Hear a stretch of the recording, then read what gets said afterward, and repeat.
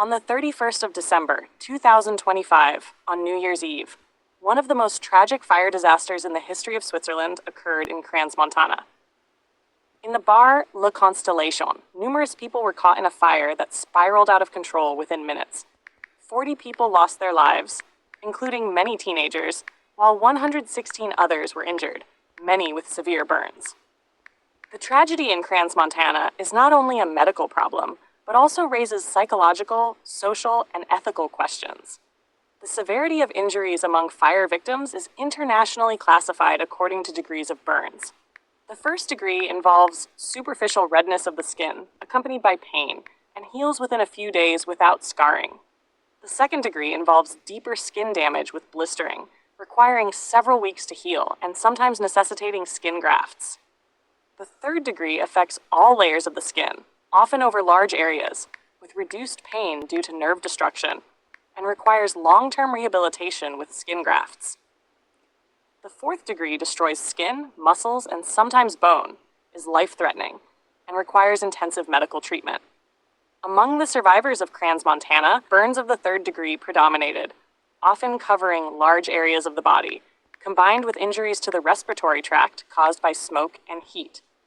Some patients sustained damage over 60% of their body surface, which greatly increased the risk of complications, such as organ failure.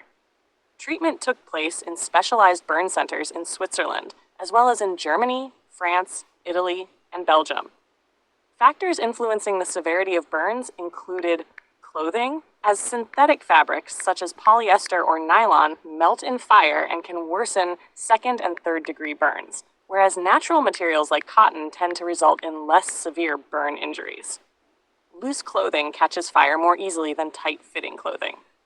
Other factors included the extent of the body surface affected, respiratory injuries, alcohol and drug consumption, as some of the affected teenagers were under 18 and had consumed alcohol, as well as the age and overall health of the victims. The deceased were in some cases so severely burned that visual identification was impossible and DNA analyses were necessary. Specific information regarding the degree of burns for individual victims is not released for privacy and ethical reasons. Physical injuries are only part of the tragedy. Psychological effects on survivors, relatives, and emergency personnel are profound and long-lasting. Survivors often suffer from post-traumatic stress disorder, which can occur after sudden life-threatening events, especially when friends or family members have died. Typical symptoms include flashbacks, nightmares, emotional numbness, and hypervigilance. Many develop anxiety disorders and depression, withdrawing socially or feeling stigmatized. Survivors of the Station Nightclub fire in the United States reported that even months after the disaster, they constantly perceived alarm sounds or crowds as threatening. Relatives often struggle with grief and feelings of guilt, and many develop sleep disturbances or depressive episodes. In small communities such as Crans-Montana, the entire population is emotionally affected. Emergency and medical personnel often experience secondary traumatization due to constant exposure to severe injuries, death, and desperate relatives. Emotional withdrawal or post-traumatic stress reactions can result. Long-term consequences for survivors include chronic anxiety, sleep and eating disorders, professional and educational limitations, and physical burn scars that intensify psychological strain and social insecurity.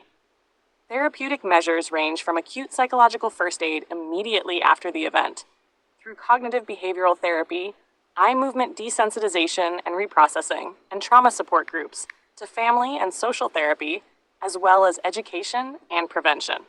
The catastrophe raises ethical questions regarding youth protection and safety regulations, since some of the affected teenagers were under 18 and had consumed alcohol, which increased the risk in the overcrowded, burning location.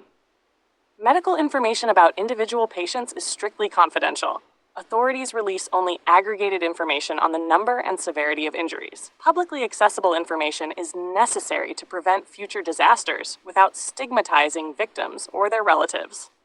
Fire disasters recur worldwide. Examples include the Station Nightclub in the United States, where 100 people died and over 200 were injured, caused by pyrotechnics in an overcrowded club, The Beverly Hills Club in Thailand, where 66 people died, often due to blocked emergency exits. The Kiss nightclub in Brazil, with 242 fatalities and over 600 injured from fireworks and overcrowding. And the Colectiv club in Romania, where 64 people died and over 100 were injured, also due to fireworks in a poorly secured club. These examples show that fire disasters recur globally, often caused by overcrowding, pyrotechnics, and insufficient safety measures. Some victims of such disasters are known by name.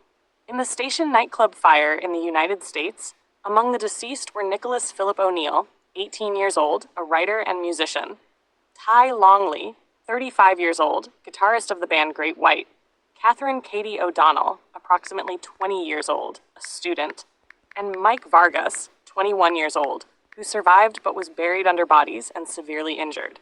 In the Colectiv club fire in Romania, Vlad Telea, 30 years old, Mihai Alexandru, 27 years old, Bogdan Anache, 32 years old, and Alex Pascu, 28 years old, members of the band Goodbye to Gravity, died in the fire. Andrei Galutz, 29 years old, the singer of the band, survived with severe burns and underwent long-term rehabilitation. The tragedy in Crans-Montana is part of a global series of fire disasters.